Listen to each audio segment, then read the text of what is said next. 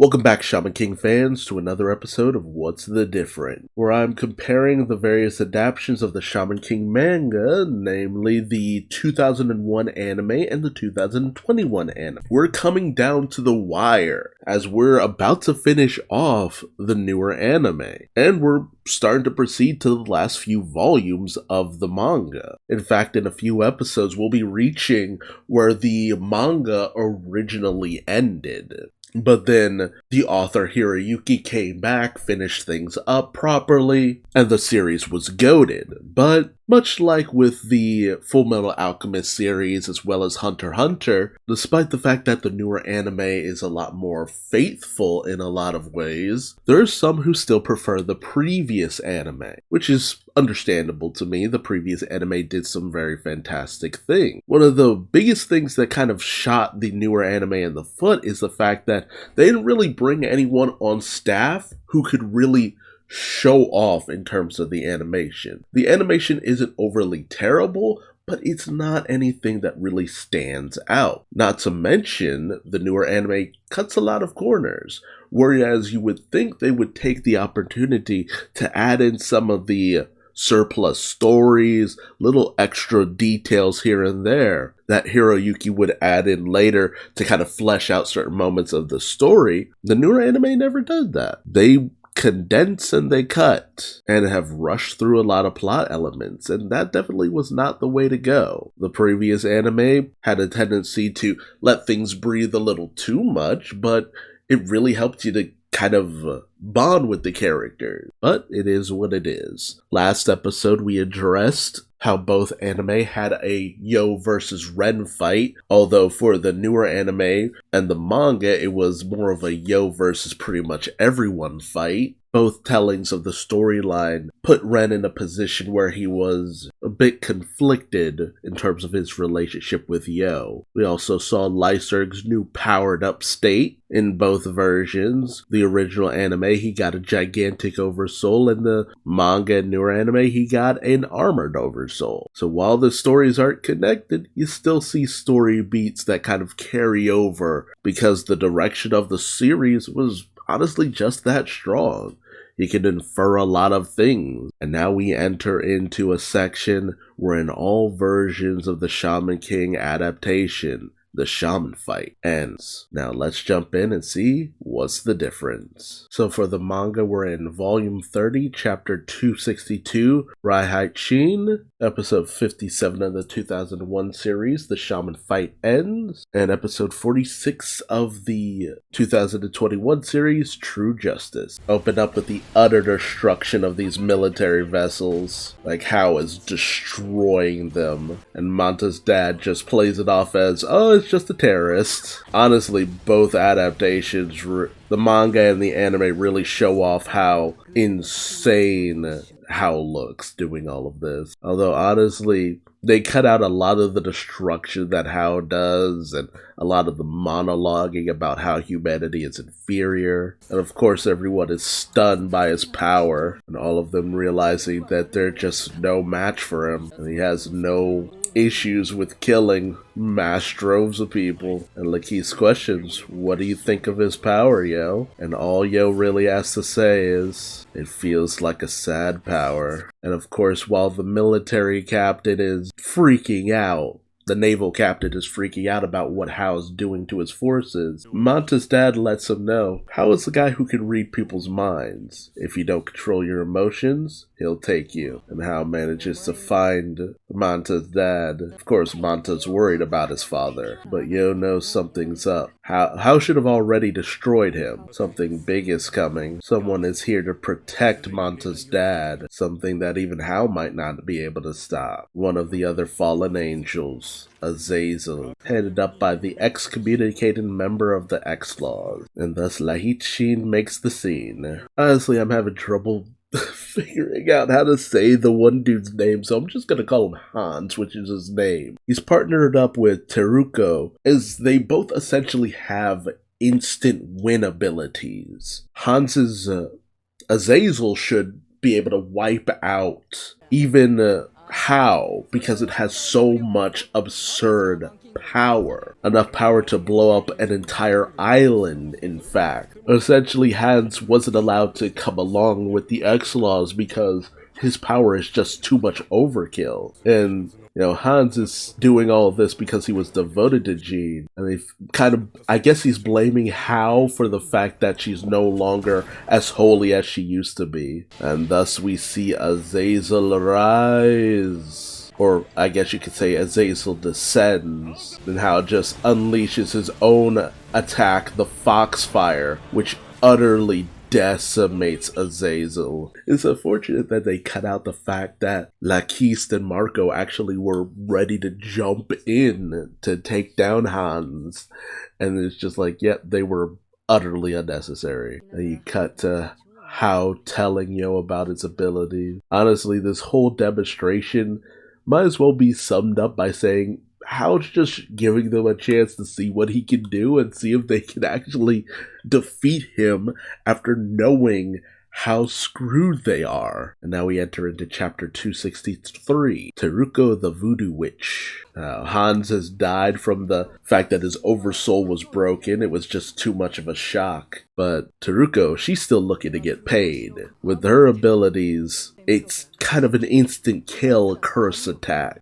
She's doing all this to get money, retire, get married, live peacefully. Honestly, I think it's kind of funny because when she was introduced in the manga, Takeru, nothing about her was portrayed as overly feminine, but when Hiroyuki did redesigns for all of his characters, he gave her a little bit more of a feminine look to her. But I understand him not really wanting to do much with these characters initially because they don't stick around for that long. Like, she goes to inflict this curse upon Hao, and because of Hao's abilities, the curse is just reversed onto her, and she dies. Now, even Hao's just like, I might have overdid it a little bit. I have to keep my promise of resurrecting people. Hao shows off he has an overwhelming power, but that comes from hundreds of years of training in hell and another 100 years of living. But ultimately, Yo feels like, you know what? If sorrow and heartbreak is how he obtained that power, Yo wants nothing to do with it. Meanwhile, Anna and Anohole are investigating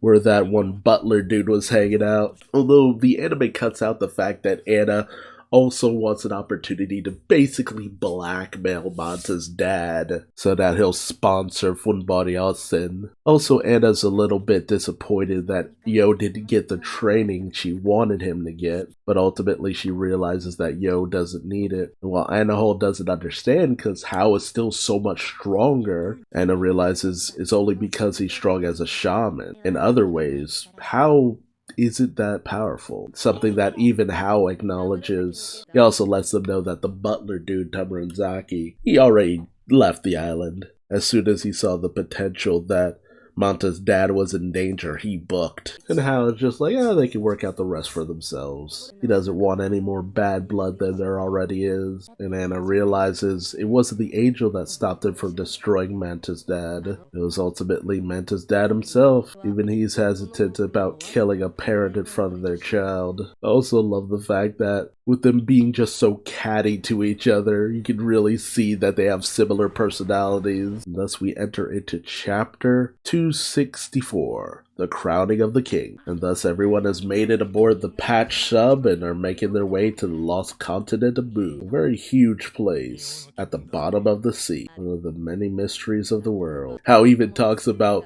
the Bermuda Triangle, just one of those bizarre places. And then we see the arrival of the Patch, as she is ready to announce the next part of the Shaman fight, and Yo lets him know that none of them will be participating, as Yo acknowledges that going any further would just be suicide. So Team Funbari-Hosen, Team The Ren, and Team X1 will all be withdrawing from then dealing with How in a different way. And of course, Godiva questions if everyone agrees to this. And of course they do. And Godiva questions, do you think that we'd be a better opponent than How? And Yo acknowledges, no, you Patch are tough. And honestly, they probably wouldn't even have a chance before he wakes up. But they still gotta try. It's their best bet. And it'll be good training before they actually get to How. It really is their best bet. It's kind of like taking on trainers before you get to taking on the Elite Four before you take on the Pokemon champion. Gain those levels where you can, dude. And thus we have the arrival of Lip and Rap, the most adorable little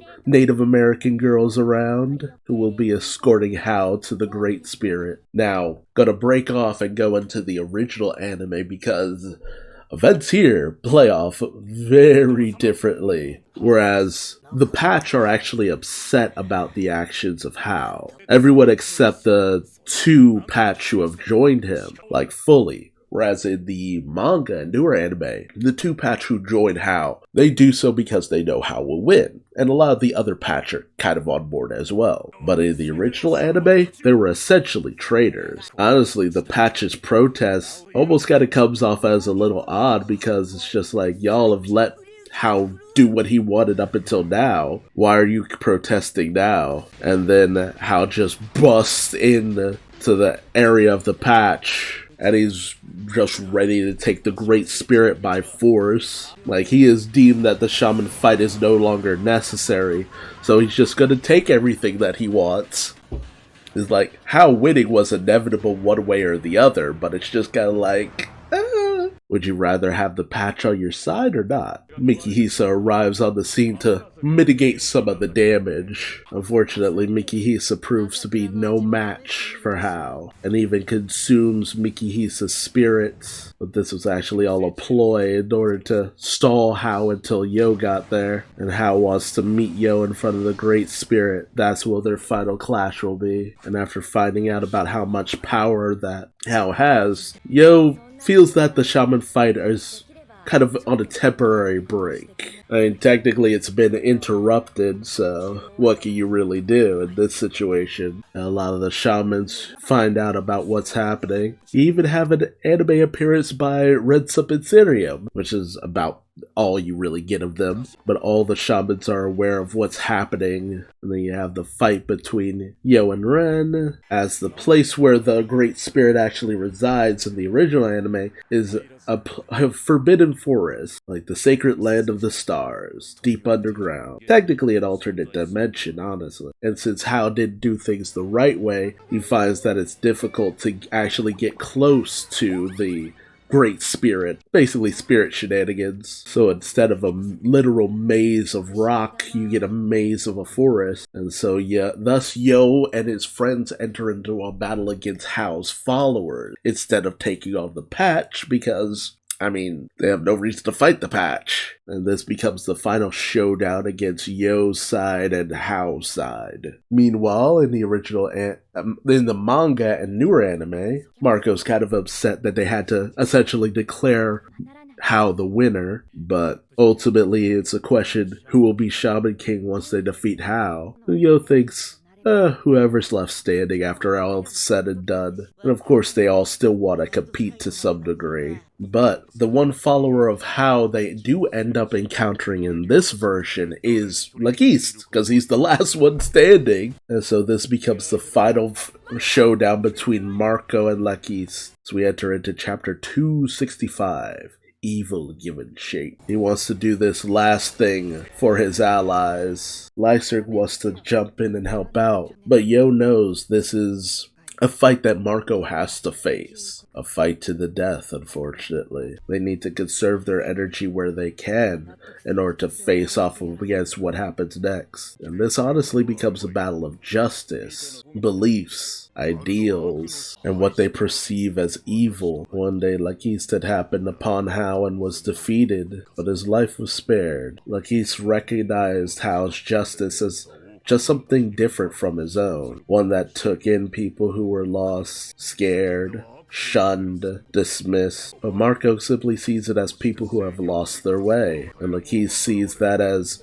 Yes, they are people who have lost their way, people who are cast out, people who are overwhelmed by the darkness. Evil given shape in the eyes of other people, at least. Lakis ended up finding that evil to others will always exist so long as there are just people. Evil is a concept that goes beyond simple understanding, but Marco can't acknowledge Lakis' form of justice, and Lakis admits ultimately is the victor who is justice, and it just becomes a battle of attrition as Marco's oversoul is shattered one after another. But it looks like Marco is done, and as Lakis goes in for the finishing blow, it was actually all a trick, the same trick that was used on him previously. And then we jump to chapter 266, True Justice. It was all in an effort to get close to Lakis and put him in essentially a compromising situation. Also, I love this image in the manga where you see the 5 warriors, as it were,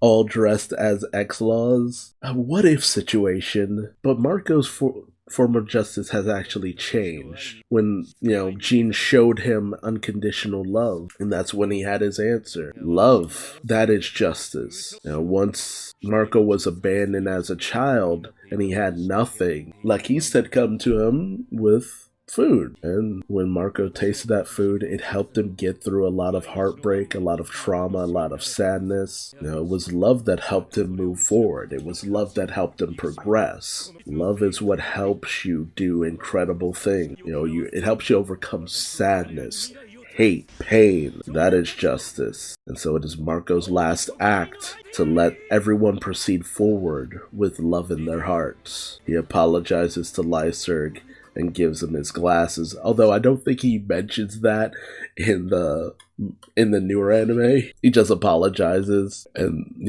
ultimately Lyserg really didn't want the glasses anyway. He even cut out Marco's delusion of all of them being X-Laws, and Lakis is actually happy, that this is the path that Marco has chosen, and is even willing to just end the two of them. And Lakis is interested to see if love can actually be what conquers all, and thus Marco slays the two of them. He takes himself out along with Lakis. It's unfortunate that they cut out the entire montage of all the time that Marco and Lakis spent together. Like, Lakis was essentially Marco's father. And I gotta admit, it's unfortunate this was missing out in the original anime.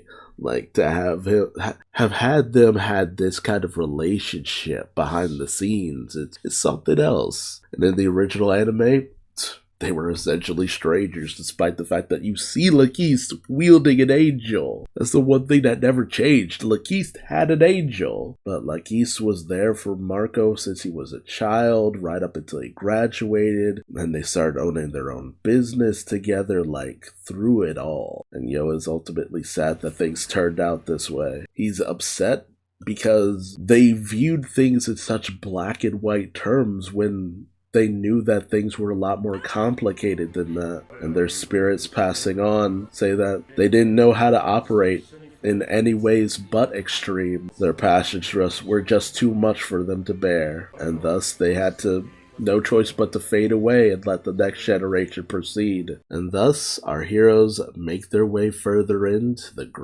towards the Great Spirit, and to stop Hao from becoming the Shaman King. And now we're in chapter 267 of the manga, Silva 2.0. Lyserg is broken up about the death of Marco, but they have to keep moving forward. And Ryu lets them know they don't have time to mourn. And it's cut out the fact that, they can resurrect them later. The Shaman King should have the ability to do so. And this kind of got me off guard, because Opencho also wants to see how. Essentially, Opencho has kind of been left behind, but someone stands in their way. None other than Silva. So in the original anime, it became a situation where everyone would just kind of stay behind and try to help out, and just delaying Hao's forces. Now it becomes a little bit more of a desperate dash to stop Hao at first, which is really funny because things don't really work out that way. Some massive delays happen. Instead of the 10-patch officiant standing in their way like in the manga, it's just Nikrum and Radam. That's it. No, Necrom and Zinc. That's right. Necrom and Zinc.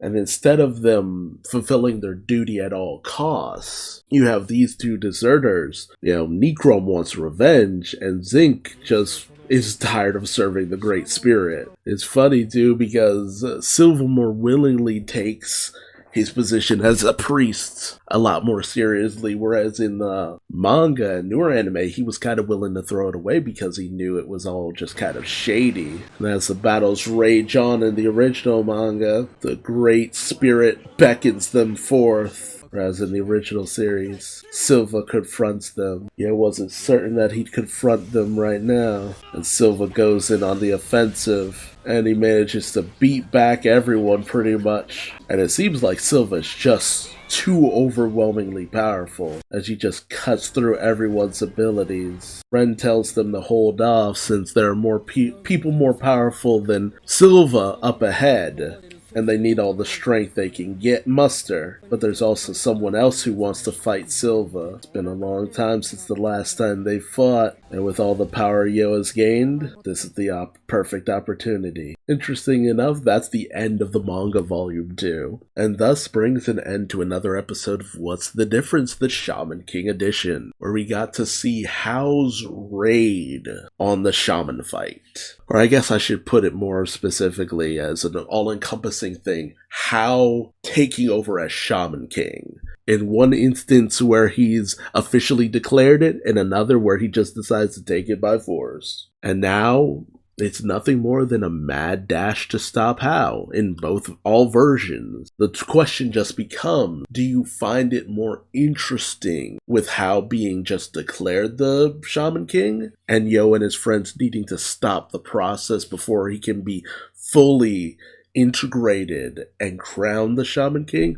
Or do you find it more interesting that Hao taking the crown, essentially, and the Great Spirit for himself? Do you like the fact that Yo and the others have to fight the patch? Or would you have preferred their final opponents just to be the forces of Hao? Because you end up with a situation where you didn't even know the final fights between Yo and his friends against the force of Hao was the final fights. The Star Festival and all that. That was the final showdown. So let me know your thoughts in the comment section below. If you like this video, feel free to subscribe so that you don't miss out on the next one. And until next time, I've been Duuz-Diz-Din, and I'll see you on the next episode of What's the Difference? Until then, bye-bye.